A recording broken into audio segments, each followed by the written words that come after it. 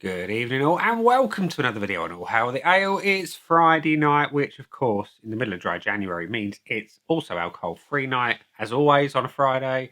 The beer's from Mash Gang. The beer itself is a bit of a mouthful in terms of the name. It's this one.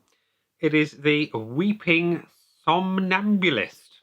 And I hope that focused. It probably didn't. That's just my luck this week. Anyway, I had to look up what a somnambulist is. It's someone who walks about whilst asleep, so it's a sleepwalker. It's also a low alcohol pale ale, obviously from Mash Gang, and we're going to talk about the artwork. I love the artwork. I love the old school line drawings, and I love the text on the little board held up by the skeleton and the skull and crossbones. And yeah, that's the artwork. The wording on there says internet trolls discuss and review alcohol-free beers. Well, I'm going to be discussing and reviewing it, but I'm not a troll. I look like one, but I ain't one. Anyway, what does it say about the beer on the back? It's relaxing, sleepy time. And it says, I've based this on one of my favourite herbal teas. The gang spend a lot of time on the road, whether it's slinging cans or playing in bands. A good nighttime tea is essential for winding down, so crack a can and take a moment to relax. And when I read the herbal tea thing, I thought I do enjoy a good herbal tea. My personal preference is Earl Grey. Keep your eyes open on Sunday. But this particular beer contains water, malted barley, wheat, oats, hops, passion flower, valerian, Californian poppy, cardamom and fennel, as well as yeast and potassium sorbate. So yeah, you've got an interesting collection of herbs there going on. So interesting, very interesting one. I know there's been a couple of surveys that Mash Gang put up on good old Twitter and whatnot about what tea beers should they do. This will be an interesting start to it. So yeah, without further ado, let's get this beer out into a glass and see what we think. I'm excited for this one. So there we go. We're going to pour into my Mash Gang tub glass, and the pour is pale, but not overly so. It's got some colour. Actually, a really quite nice colour. Quite a bit of an aggressive pour, just because I can. The colour on that is really nice, actually. You've got, it's pale orange, but there's a good bit of clarity and a bit of fridge haze. It's been kept very cold. My fridge is set to 2 degrees. And yeah, a little bit of fridge haze. Little nice little white head, loose, light and fluffy. But your beer in a glass looks good. Let's have a whiff. Oh, okay, that's interesting. That is interesting. That's super fragrant. Super fragrant. There is a sweetness, floral sweetness. And there's almost there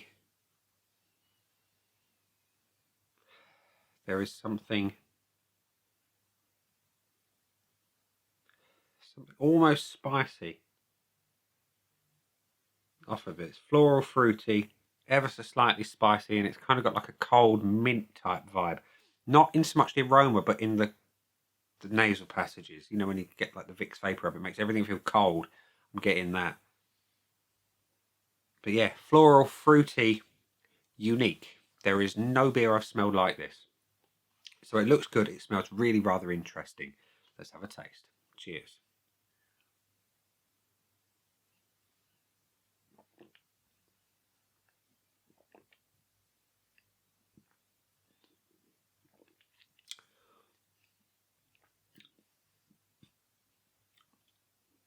It is unique in a good way.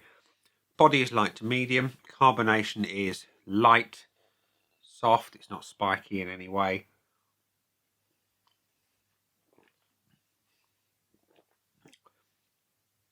Arguably one of the most floral tasting beers I've ever had.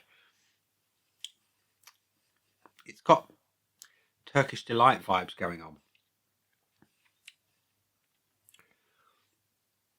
I was expecting the fennel in a bigger way.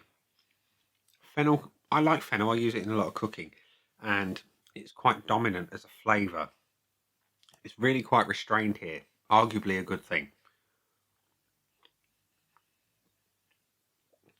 That sweet, fruity, floral flavour is dominant. That's rather nice. Absolutely unique flavour profile. I've never had a beer like it. I've had floral beers of all descriptions, but never actually floral like a good Turkish delight.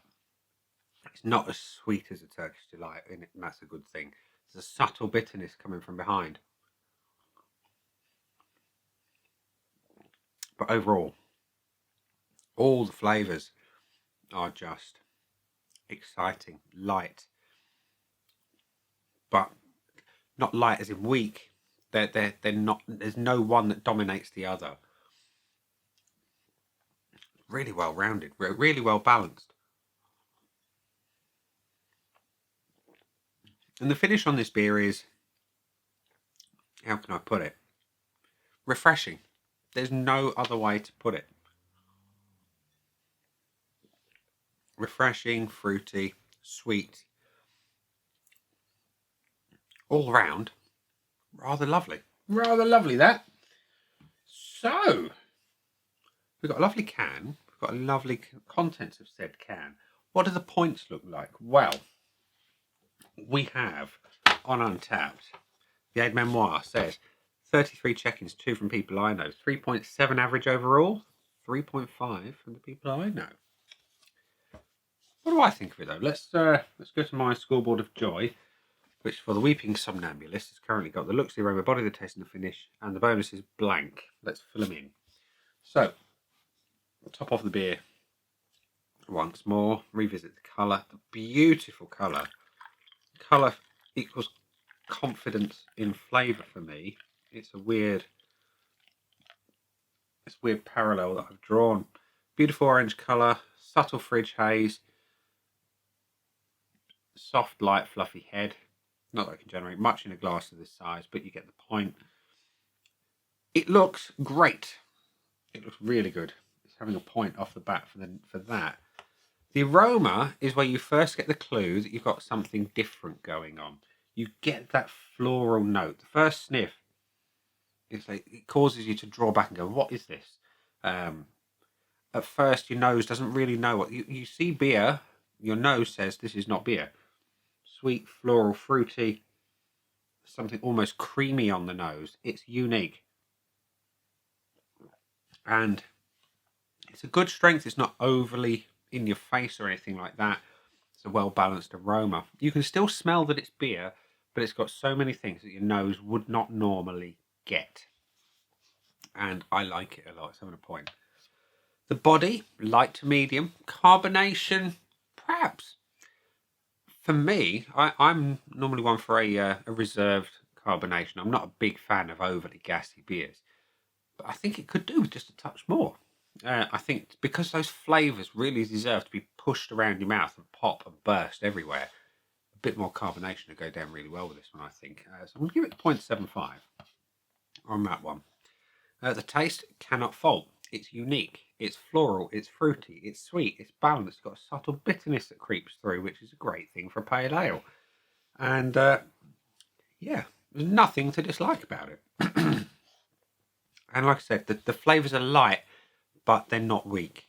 And it's perfectly balanced across the board. No one flavour dominates another, so you can say, okay, I get all of that and then a little bit of something else. No, it's delicious. And the finish, it's refreshing, it's light, it's sweet, it's summery, it's relaxing, it's chilling out. It does what it says on the tin, it's having a point. So the Weeping Somnambulist from Mash Gang has got 4.75 out of 5, which is a grand fine beer. But as we know, it can't have the full bonus because it didn't get the full 5 out of 5. However, value for money goes without saying. It's a Mash Gang beer. It's always value for money. The love and attention that grows into their brews doesn't need to be mentioned because we know it's there. Buy it again. Yeah, I would actually. It's a great summery beer, that, for me.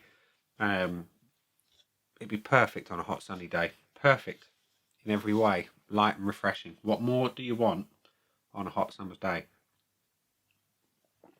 Instead, we're staring down the barrel of a snowstorm next week.